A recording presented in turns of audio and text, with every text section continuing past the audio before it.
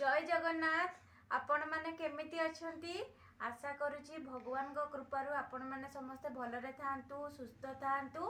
आ मु मध्य भलरे अछि, खुशी रे अछि। आउ गोटे फ्रेश एपिसोड को आपण मान को बहुत बहुत स्वागत जनाउची। आ मु आज गोटे आपण को गोटे रेसिपी बने की देखैबी, दही पटल। चलंतु ताले स्टार्ट करिबा आजिरा रेसिपी।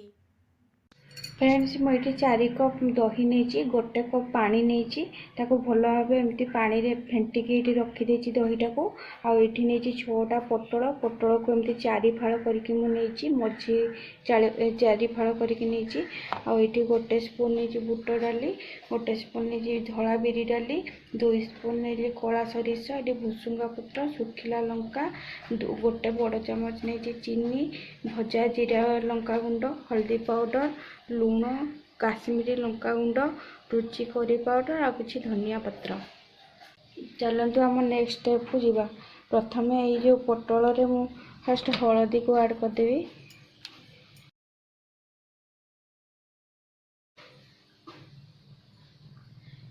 स्वाद अनुसार लुण टिके पकेदवा, रुचि करी पाउडर टिके देदेवा, लंका गुंड टिके देदेवा।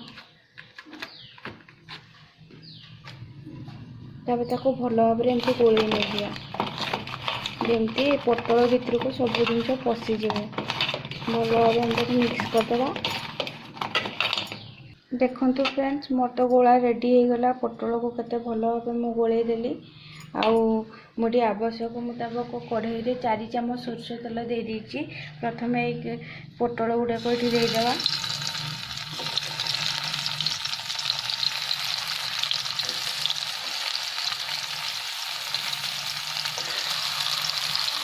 तापर लीड कवर को देदेवा, गैस को सिम करके जमी पोटलटा भल भाव भाजी हो।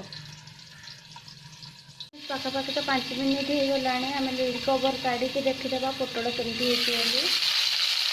देखते केते बढ़िया होगा। ये उल्टेदा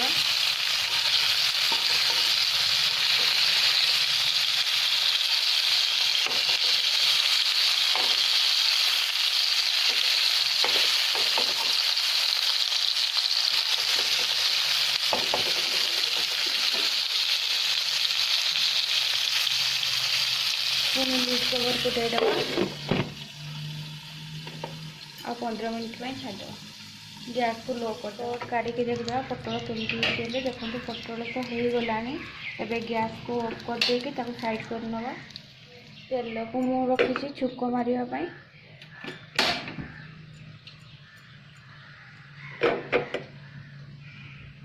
तेल तो गरम हो गला। मु सब सामग्री को ऐड करदेवी। भुसुंगा पत्र, सोरिष, बुट डाली, बिरी डाली, 2टा सुखिला लंका भल भाव चले।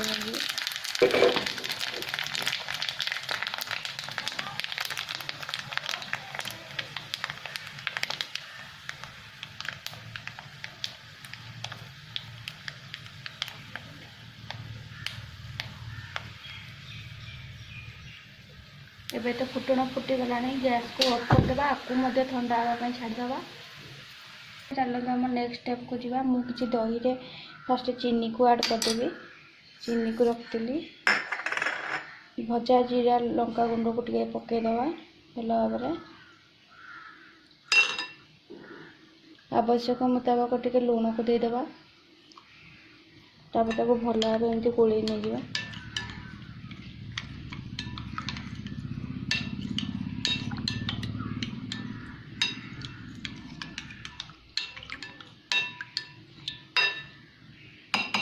देखो गोला तो रेडी होगा।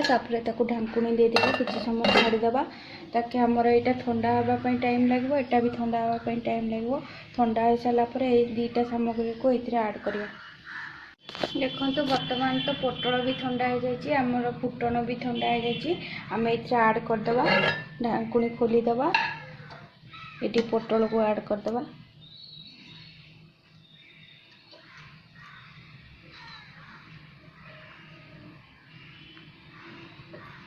किसी धनिया पत्र को पकईदे भल भाव। एमती गोल नहीं।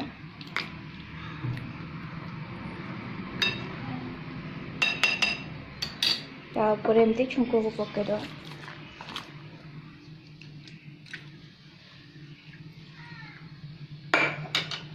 तापर ताको भल भाव एमती गोलई नहीं जिवा।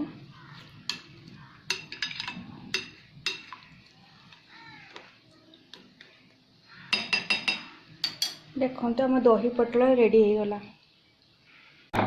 केते बढ़िया देखा होची आपण देखंतु। जो माने वेजिटेरियन ताको बहुत भल लागियो एमती थरे घरे प्रिपेयर करंतु। फ्रेंड्स आपण तो वीडियोटी देखिले बाबूजी आपन को निहाती भल लागिथिबो। जदि भल लागिथिबो आपण निहाती थरे घरे ट्राई करिवे आउ मते कमेंट माध्यम रे लिखिबा को जमा भी भूलिबेनी।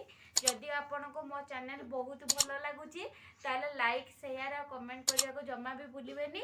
ताले आजि पई एतिकी रहिली। जय जगन्नाथ।